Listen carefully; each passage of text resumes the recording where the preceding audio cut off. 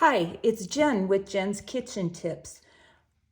This is my suggestion on how to get rid of your hard bottoms on your sourdough bread. I hate the hard bottoms. I don't find them enjoyable. I don't think anyone else finds them enjoyable. So what I do is I take my Dutch oven and I take a piece of parchment paper. And what I'm going to do is I'm going to push this parchment paper down and just really crease along the base of my Dutch oven. And so sometimes to do that, you have to fold up your pieces. But what I want, I don't care what the sides of this look like. I want a duplicate of the base of my Dutch oven. So once you get it in there, I just take a Sharpie marker and I go around the base. And it does not have to be perfect, as you'll see in a few minutes. And then you want to remove that. And I just rough cut around the edges. As you can see, you know, this didn't go very well.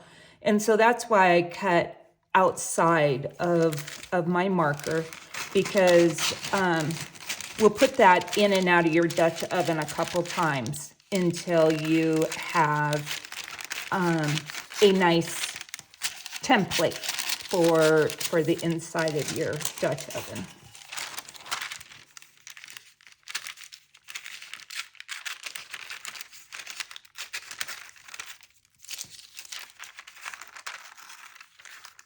And I bet if I kind of round this out a little bit instead of following my line, we'll come pretty close. And this doesn't have to be perfect.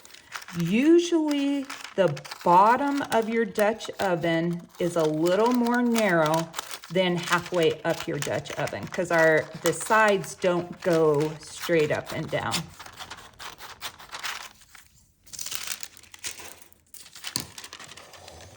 So when we put that in there, that's a pretty good fit.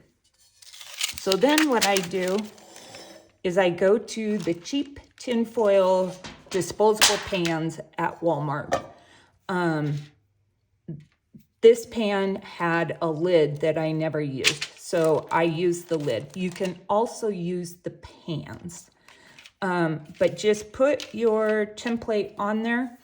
And again, with this, you're gonna draw kind of outside because those edges are different. You also, I don't know how toxic a Sharpie marker is, but I'm not sure I want Sharpie marker fumes in my sourdough bread. So then you can take a pair of kitchen shears. Sometimes our husbands have better shears out in their shops, but these really do cut just fine with kitchen shears. And so I'll cut on the inside of my line because I know I made it plenty big.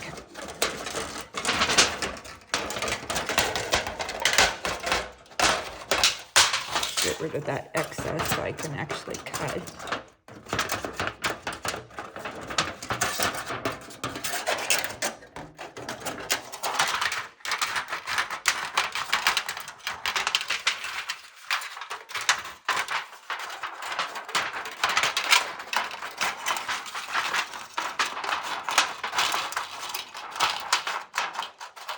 Okay, so we have a rough shape.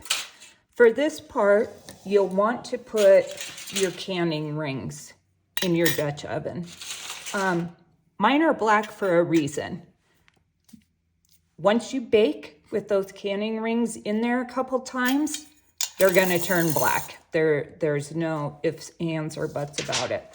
So I put those in to give it the proper lift. And then I just take my tin foil, keep dropping it in.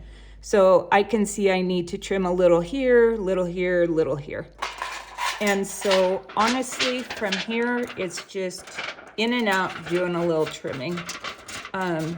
For the speed of this video, I'm gonna go ahead and Probably trim a lot more than I need to.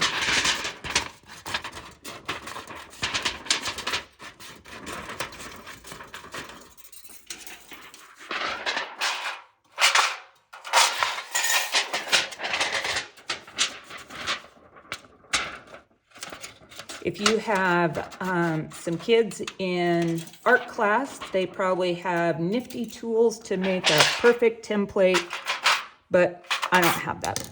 So now, I now have a new bottom in my Dutch oven.